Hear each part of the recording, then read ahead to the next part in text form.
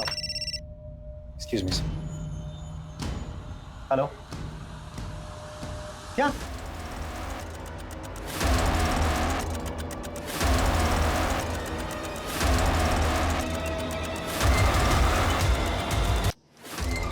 लूटते वक्त इन दोनों ने विरोध किया होगा, उसने इन दोनों को मारा, पैसे गहने लिया और भाग गया। नहीं, लेकिन उनकी बॉडी में कोई रेजिस्टेंस नहीं है। हो सकता है कि उसने एनीवे, फिलहाल इनकी बॉडी को पंचनामा करके पोस्टमार्टम के लिए भेजो और इनके रिश्तेदारों को खबर करो। सर, नाना नानी के मर्डर की खबर देने के लिए जब उनके दामाद ने उज्जवल से कांटेक्ट करने की कोशिश की थी तब उसका फ़ोन बंद था। इस कांस्टेबल को हमने उज्जवल पर नज़र रखने के लिए कहा था। उसने बताया कि अपनी बेटी के अंतिम संस्कार करने के बाद उज्जवल कहाँ गायब हो गया आज तक किसी को पता नहीं चला। हो सकता है कि उसने खुद को जानबूझकर गायब कर दिया या किसी ने उसे गायब किया हो। एक काम कर, फोन सर्वेलेंस पे डालो। उसका जो फोन का सीडीआर रिपोर्ट निकालने के लिए कहा था उससे कुछ पता चला? सर, उज्जवल की सीडीआर रिपोर्ट से पता चलता है कि वो 2 नंबर से रेगुलर टच में था सर। एक नंबर किसी कार्तिक का था जिससे वो देर तक बातें करता था, और दूसरा नंबर सर किसी कमलेश पटेल का है। ये आदमी सर पहले तो लोगों को सूद पे पैसे देता है, उसके बाद सर उन्हीं कस्टमर्स को बार बार फोन करके परेशान करता है। दोनों को बुलाओ, उनके डिटेल्स निकालो और उज्जवल को ढूंढने की कोशिश करो।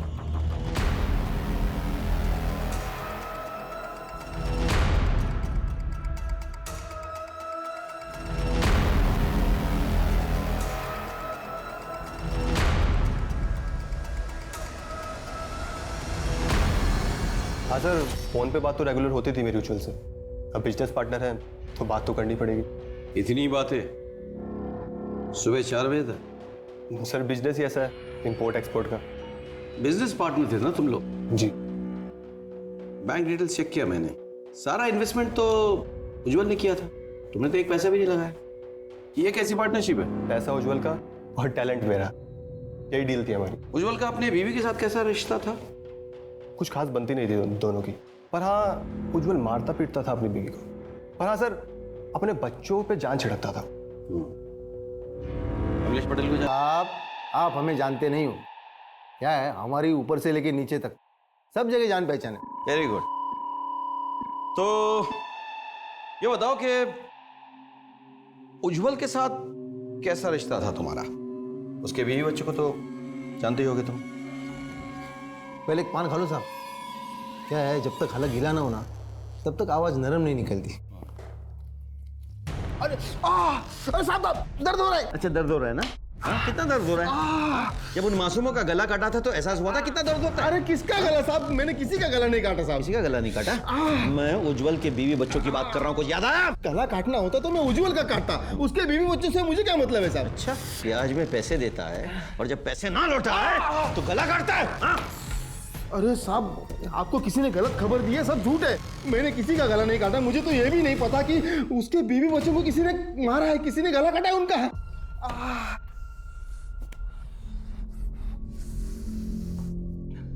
अरे क्या साहब जी, आप भी उस लिच्चड़ के लिए मुझ पर शक कर रहे हो? अरे एक नंबर का पहले मेरे पैसे मार बैठा, अब मुझे ही फंसा रहा है। साहब, पैसे के लिए तो उसकी नीयत कभी अच्छी थी ही नहीं। पहले अपनी बीवी से पैसे लेता था, फिर मुझसे लिए, वो भी उस कार्तिक की बहन पर खर्चे करने के लिए। कार्तिक की बहन? हाँ, कीर्ति, उज्जवल की गर्लफ्रेंड है वो अपनी बीवी से मायके से पैसे मंगवाता था और उस कीर्ति पर खर्चा करता था। आप सर, आपसे क्या छुपाना, उज्जवल मुझसे प्यार करते थे और जब भी आते थे मेरे लिए गिफ्ट लेके आते थे। करवा चौथ है ना, तो मेरी तरफ से तुम्हारे लिए gift. Thank you so much. तुम्हें मेरा कितना ख्याल है ना। वैसे वाइफ का उपवास तो तोड़ दिया, मेरा उपवास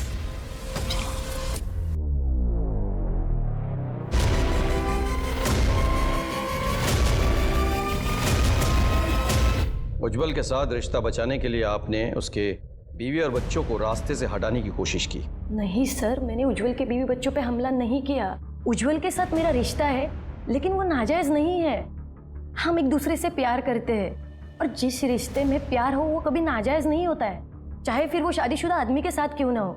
और मुझे उसके बीवी बच्चों से कभी प्रॉब्लम थी नहीं, तो मैं उनको क्यों मारूंगी? देखिए, अभी वक्त है, सच बता दीजिए वरना हमें सच निकलवाना आता है। सर, मैं सच कह रही हूँ, मैंने कुछ नहीं किया है। ठीक है, अब तो सबूतों के साथ मुलाकात होगी। अब आप बिना सवाल पूछे ही सारे जवाब खुद ब खुद दे देंगी।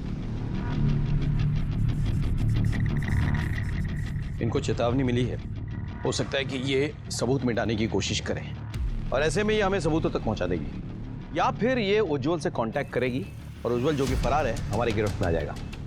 इस पर पैनी नजर रखो। सीधा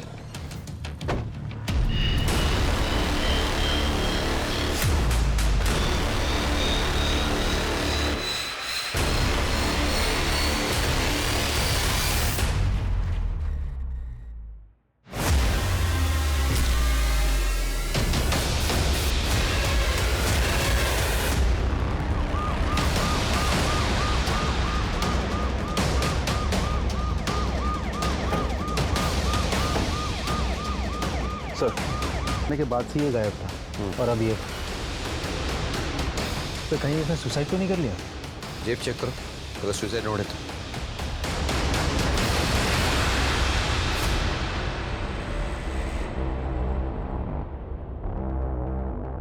नहीं सर, कुछ नहीं है। तो ऊपर सब जगह चेक किया है सर, कुछ नहीं मिला सर, कोई नहीं। ठीक है, हो सकता है घर पे कुछ सुराग मिले। उज्जवल की मौत ने तहकीकात का रुख ही बदल दिया। अब पुलिस के सामने सबसे बड़ा सवाल यह था कि क्या उज्जवल की हत्या हुई है या फिर उसने आत्महत्या की है, और अगर उसकी हत्या हुई है तो क्या खुशी, कबीर और संचिता के हमलावर ने ही उसकी जान ली है या फिर इस सब के पीछे कोई और है? सर ये लैपटॉप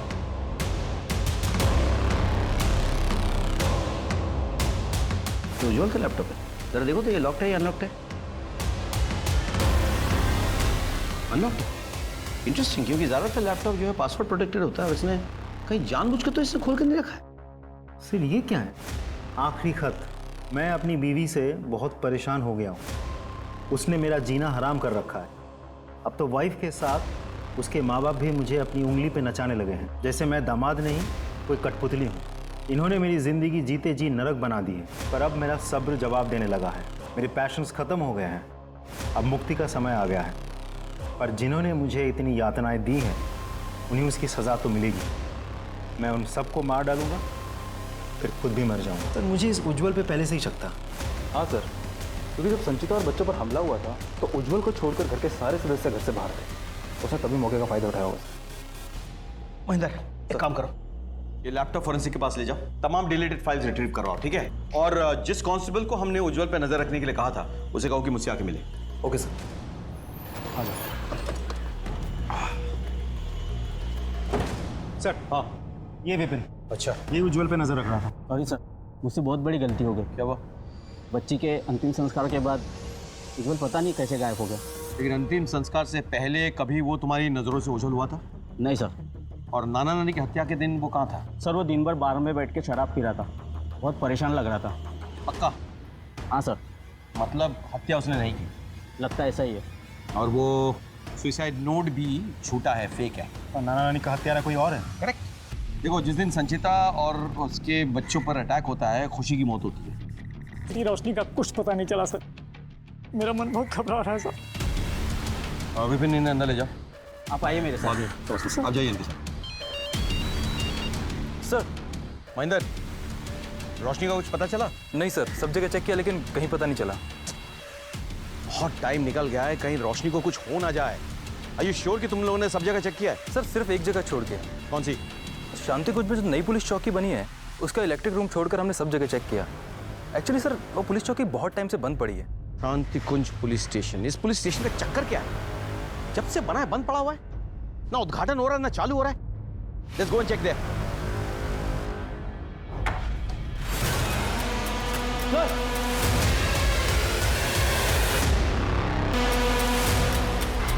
उठाओ, जल्दी उठाओ, एम्बुलेंस फोन करो। सर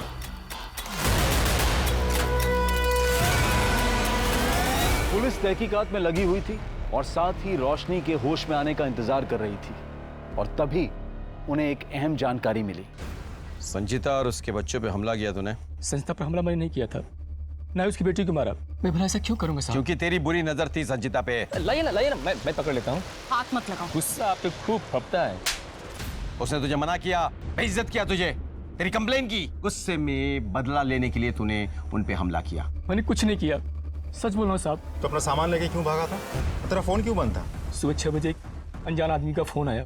उसने बोला तुम्हारे कमरे पर 2 लाख रुपए रख दिए हैं और चुपचाप यहाँ से गायब हो जाओ। किसी की नज़र नहीं आना। नंबर दिखा, यहाँ से फोन आया था। Thank you.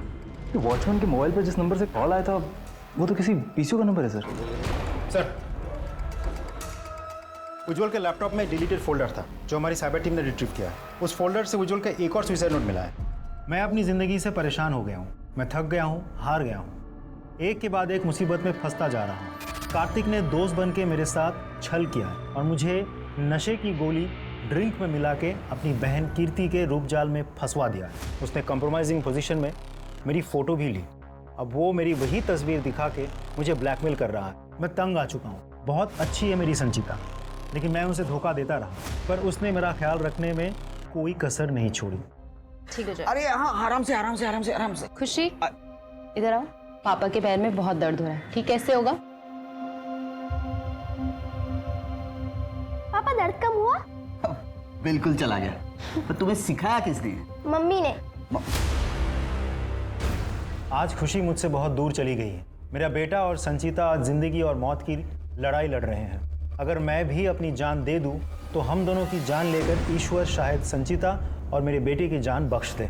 कबीर, संचिता, हो सके तो मुझे माफ कर देना। इसका मतलब पहला वाला सुसाइड नोट नकली था। किसी ने असली सुसाइड नोट को डिलीट कर दिया था। ये कौन है जिसको इससे खतरा महसूस हो रहा है? प्लीज छोड़ दो। बस बस बस बस बस बस, कब तक मार खाओगे तुम लोग? सच बोल दो ना। सर, हम बता रहे हैं। हाँ बताओ बताओ। हमसे गलती हो गई सर, हमने उज्जवल को फंसाया और ब्लैकमेल किया। और जब ऐसा लगा कि उज्जवल अपने बीवी बच्चों के पास वापस जाने वाला है तो उसके बीवी बच्चों को रास्ते से हटाने की कोशिश की, नहीं। ताकि उज्जवल तुम्हारा बना रहे। हम ब्लैकमेल कर सकते हैं लेकिन किसी का मर्डर नहीं कर सकते सर। आप फिर झूठ लगे रहो। नहीं सर, हम सच बोल रहे हैं। कोई इस बात का फायदा उठा रहा है। कोई उसके सुसाइड नोट का कंटेंट बदलकर हमें गुमराह करने की कोशिश कर रहा है, लेकिन कौन हो सकता है वो?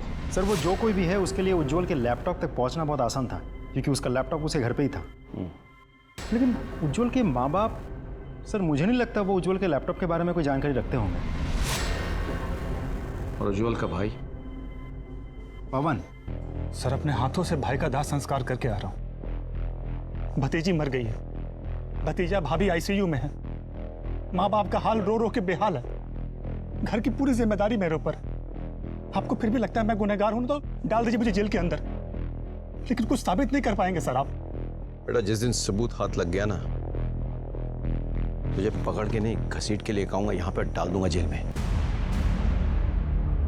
सर, संचिता के माँ बाप के घर के टूटी तिजोरी से जो हमें पेपर्स मिले थे, वो पेपर्स हमने फिंगरप्रिंट्स के लिए फॉरेंसिक के पास भेज दिए थे, लेकिन उससे कुछ खास पता नहीं चला। सर, एक्चुअली ये पेपर्स उनके घर की सेल डीड थी, और उस सेल डीड पे वही डेट मेंशन किया हुआ है जिस दिन संचिता और उनके बच्चों पर हमला हुआ था।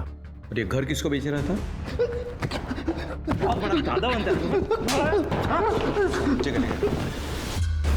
विवेक थोड़ा, हम अच्छी तरह जानते हैं तुम्हारे करतूत। तुम लोगों को डरा धमका के, मारपीट के उनके जमीन जायदाद पे कब्जा करना चाहते हो। सारा गत्था चिट्ठा है हमारे पास। तुमने संचिता के बाप को डराने के लिए संचिता और उसके बच्चों पे हमला किया, उसके बाद उसके बाप पे दबाव डाल के सेल्स डीड बनवाया, लेकिन जब उसके बाप ने सेल डीड को रजिस्ट्री करने से मना कर दिया तो तुमने उसकी हत्या की। नहीं सर। हाँ, मैंने उनको धमकाया जरूर था, लेकिन सर मैंने किसी को मारा नहीं सर। सर, उल्टा संचिता के पापा ने मुझे बुलाया था। अरे अंकल, ये क्या कर रहे हो? ये बंगला, ये घर, मेरे सारे पैसे ले लो, पर मेरी बेटी और नाती नातिन पर हाथ मत उठाना। अपुन ने कुछ नहीं किया, मैं वैसा आदमी नहीं हूँ। अरे वो तो मुझे पता चला, इसलिए मैं दौड़ा चला आपकी सहायता के लिए। ये लीजिए, ये घर के पेपर भी रखिए, मुझे नहीं चाहिए। अरे अंकल, हम भी बाल बच्चे वाले आदमी हैं सर। सर, अभी आप ही बताइए, अगर मैं इतना लालची होता तो क्या मैं वो बंगला छोड़ देता? तुझे अच्छी तरह पता है कि अगर उस बंगले को तू अपने नाम पे कर लेता तो हमें खबर हो जाती और तू फंस जाता। इसलिए तूने इंतजार किया मामला ठंडा होने का। बोल, ये साजिश तूने रची है ना? सर, सच बोल रहा हूँ सर, मैंने किसी को नहीं मारा। महेंद्र, सर मेरी बात तो सुनिए सर। सर मैंने किसी को नहीं मारा सर। हेलो। अच्छा, रोशनी जी कैसी महसूस कर रही हैं आप? सर, ठीक हूँ आप? अच्छा, क्या आप बता सकती हैं कि ये जो दुर्घटना आपके साथ घटी है, ये किसने और कब किया?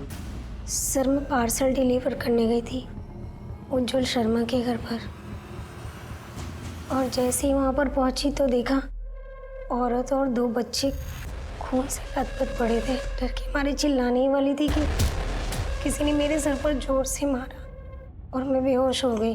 फिर थोड़ी देर बाद जब आँख खुली तो पता नहीं किसी अंधेरे कमरे में पड़ी थी मैं। अच्छा, वो देखा अपनी आंखों से, मतलब जिसने आपके सर पे वार किया, उसकी शक्ल याद है आपको? Thank you.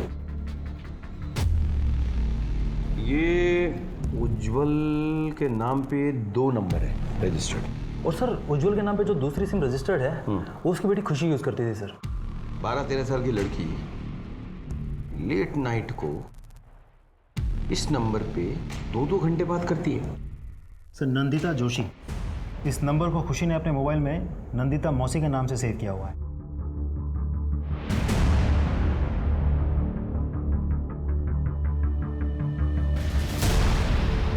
जी सर, ये मेरा ही नंबर है और ये मेरे ही नाम से रजिस्टर्ड है। मेरी फ्रेंड संजिता इसी नंबर पे फ़ोन करती है। ये नंबर आपके नाम पे रजिस्टर्ड है, फ़ोन आपका है, लेकिन इस फ़ोन और नंबर का लोकेशन अक्सर आपके घर से बाहर होता है। अब सर वो इसलिए कि ये नंबर मेरा बॉयफ्रेंड भी यूज़ करता है। वो कभी कभी ये फ़ोन बाहर लेकर जाता है पर वापस दे जाता है। आपका बॉयफ्रेंड? जी सर, मैं एक इंडिपेंडेंट लेडी हूँ और मेरे पति से तलाक हो चुका है। I understand, thanks. बहुत हो गया इसका नाटक, अब ये सब यहाँ नहीं चलने वाला है। तुम्हारी पहले ही इतनी कंप्लेंट आ चुकी है, रात दिन पता नहीं कौन कौन आता है, और अब पुलिस भी आने लगी है। तुम जितना जल्दी हो सके ये घर खाली कर दो। संदीप, ये बुला के ले। सर एक्सक्यूज मी, सुनिए ज़रा, आइए 1 मिनट। मुझे ये बताइए कि कौन कौन आता है? संदीता का बॉयफ्रेंड आता है, मैंने उसका फोटो निकाला, मैं आपको बताता हूँ सर। और सर ये लड़की उसकी सहेली है। हाँ। और सर एक आदमी और आता था।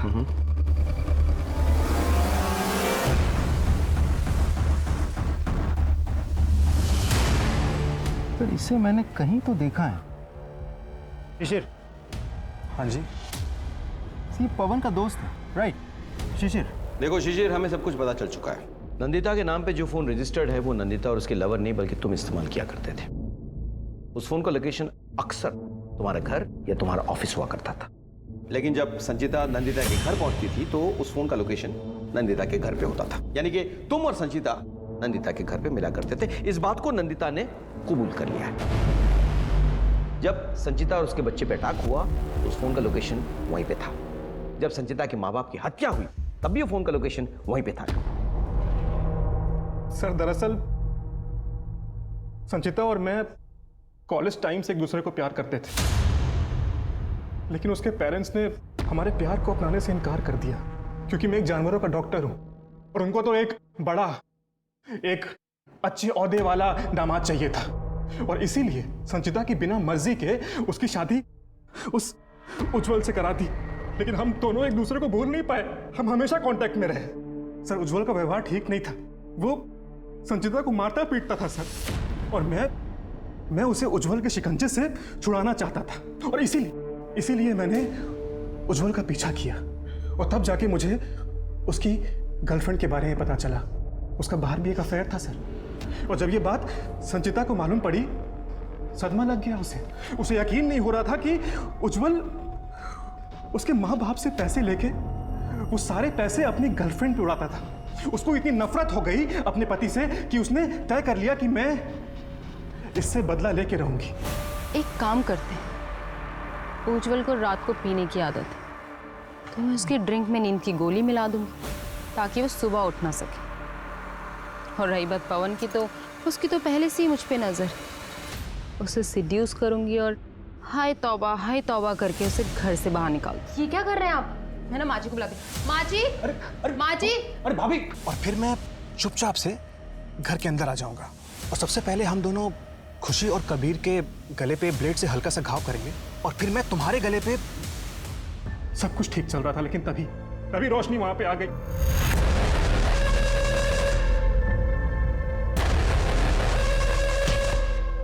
मैंने उसके सर पे जख्म दिया और वो बेहोश हो गई, और एक इलेक्ट्रिकल रूम में उसे कैद कर दिया सर। संचिता के माँ बाप को क्यों मारा?